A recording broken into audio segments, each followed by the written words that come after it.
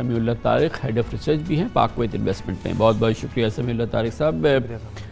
حکومت یہ ابھی مصدق ملک صاحب ایک صورتحال یہ دکھا رہے تھے جس میں بہت زیادہ تشویش نہیں تھی, بہت زیادہ الرٹ نہیں تھی.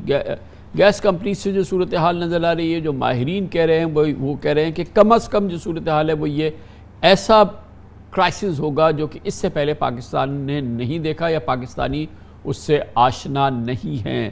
آپ کا کیا ویو ہے, کس حد تک کتنی سخت ہم اس وقت گیس لوڈ شیڈنگ کی جانب بڑھ رہے ہیں ونٹرز میں؟ دیکھیں ڈیفینیٹلی گیس کی لوڈ شیڈنگ تو بڑھ ہی رہی ہے, کیونکہ اگر آپ دیکھیں 2012 کے بعد سے ہماری گیس کی ڈومیسٹک پروڈکشن نیچے آتی جا رہی ہے. حکومت نے 2015 میں جب LNG لے کے آئے تو اوریجنلی اس کا پلان تھا صرف پاور میں دینے کا, پھر جو کہ ڈومیسٹک میں بھی شارٹ فال ہوتا رہا تو وہ ڈومیسٹک میں بھی ڈائیورٹ ہوتی رہی. اب اس کے 2-3 اینگل ہیں.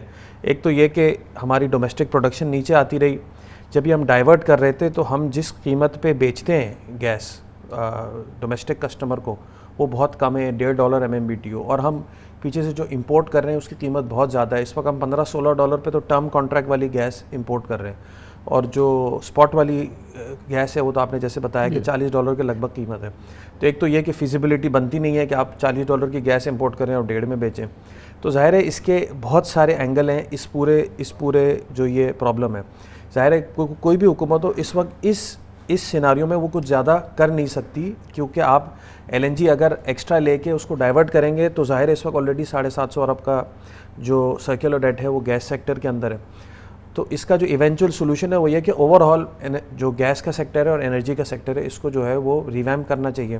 اس کے اندر اگر آپ دیکھیں سارے اینگل, یعنی ہے کہ ہماری اپ اسٹریم پروڈکشن وہ ٹھیک ہے, آپ جو کہہ رہے ہیں وہ ایک لانگ ٹرم بات ہے. ابھی اس ونٹر کے اندر آپ کو کیا لگ رہا ہے, یہ جو ایک پریس ریلیز سوشل میڈیا میں آئی, پھر گیس کمپنیز اس کو شاید ڈینائی کر رہی ہیں, مگر کیا واقعی اس طرح کی صورتحال ہو سکتی ہے کہ صبح بریکفسٹ کے ٹائم پہ 2-3 گھنٹے آ جائے, پھر لنچ کے ٹائم پہ آ جائے, پھر رات کو آ جائے, یعنی کہ 24 گھنٹے میں شہریوں کو, خاص طور پہ اس جگہ پاکستان کے اس شہر میں جہاں پر کہ اس کی یہ پرابلم نہیں ہوتی تھی, 8-9 گھنٹے گیس ملے اور 16 گھنٹے گیس نہ ملے؟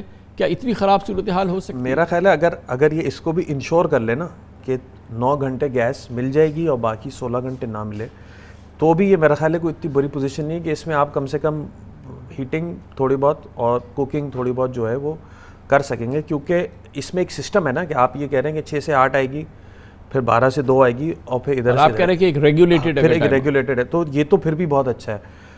گڑبڑ تو جب ہوگی جب یہ کہ اگر اس پہ بھی اویلیبل نہ ہو. تو میرا تو خیال ہے کہ اگر اس طرح اتنی ایکوریسی سے اگر کہ ہماری 6 بجے گیس آ جائے گی, 8:30 چلی جائے گی, 12 سے 2, تو میرا خیال ہے پبلک ایڈجسٹ ہو جائے گی. ہم پانی بجلی میں بھی یہ بہت سال کرتے رہیں, لیکن اگر یہ بھی نہ ہو تو یہ پرابلم ہے. اور میرا خیال ہے اس میں آج اگر آپ 2 کارگو ایڈیشنل بھی یا 3 کارگو جتنی ہماری کیپیسٹی ہے, اگر آپ فار دا ٹائم بینگ اس وقت آپ بیلنس آف پیمنٹ کو بھول بھی جائیں, تب بھی اگر ہم وہ منگا بھی لیں, تب بھی جو ہے سارا جو ڈومیسٹک سیکٹر ہے اس کو آپ جو ہے گیس دے نہیں سکتے, کیونکہ اس کی قیمت اتنی کم ہے کہ اس کی ڈیمانڈ انلمیٹڈ ہے. تو میرا خیال ہے کہ اس کو آپ کسی بھی طرح شارٹ ٹرم میں تو اس کو مینیج کرنا جو ہے وہ پرابلمٹک ہی ہے. اگر کنٹرول کے ساتھ اگر سب کو آپ کی اصل بات یہ ہے, وہ سمجھنے کی بات یہ ہے کہ گیس دراصل اتنی مہنگی ہے, اگر آپ کے پاس ہو بھی تو آپ نہیں دے سکتے, کیونکہ آپ اس کو فنڈ نہیں کر سکتے ہیں, اور آپ کو جس دام پہ بیچنی ہے اس سے اگر آپ 40 گنا زیادہ مہنگی لے رہی ہیں تو آپ اس کو کیسے بیچیں گے؟ بالکل ایسے ہی. تو اس کے لیے آپ کو سارے اینگل دیکھنے پڑیں گے. ڈومیسٹک پروڈکشن گیس کی امپروو کرنی پڑے گی, پھر آپ کو گیس کے اوپر ریلائنس جو ہمارا پبلک کا ہے اس کو آہستہ آہستہ شفٹ اوے کرنا پڑے گا, یا تو وہ LPG پہ جائیں یا پھر الیکٹریسٹی پہ جائیں. پوری دنیا میں آپ دیکھیں ہماری نیڈ ہے وہ ہیٹنگ اور کوکنگ, چاہے آپ وہ گیس سے کریں یا الیکٹریسٹی سے کریں. دنیا بھر میں فیوچر جو ہے وہ الیکٹریسٹی ہے, کیونکہ اس کی رینیویبل پروڈکشن ایزی ہے. ہمارا چونکہ گیس کا نیٹ ورک بہت ایکسٹینسو بچھا ہوا ہے, تو ہمیں ڈومیسٹک گیس کی پروڈکشن ابھی ریزرو بھی ہے ہمارے پاس, تو ہمیں اس کی ایکسپلوریشن پہ اور فوکس کرنا چاہیے. اس کے علاوہ جو ہے کول کے اوپر بھی, جیسے PM صاحب بھی ابھی کہہ رہے تھے, تو کول کے اوپر, ڈومیسٹک کول کے اوپر ریلائنس بڑھانا چاہیے تاکہ بجلی زیادہ آئے. تو یہ ساری چیزیں اوور آل آپ کو انرجی سیکٹر کو پورے کو ریویمپ نہیں کریں گے جب تک یہ پرابلم سالو نہیں ہوگا. کیونکہ ہم صرف جو ہے ایک اینگل دیکھ رہے ہیں کہ ڈومیسٹک سیکٹر میں جو شارٹیج ہے اور جو اس کی پرائسنگ ہے, یہ 2 چیزیں, لیکن آپ جب تک پورے سیکٹر کو ریویمپ نہیں کریں گے جب تک جو ہے یہ کنٹرول کرنا بہت مشکل ہوگا. اور یہ تو وہ زمانہ ہے جب کہ دنیا میں اس کا پرابلم ہوگا, اور یورپ میں تو اس پہ ایک تباہی کی صورتحال نظر آ رہی ہے. ایبسولوٹلی. اچھا ہمارا نیچرل دو ایڈوانٹیج ہمیں تھے.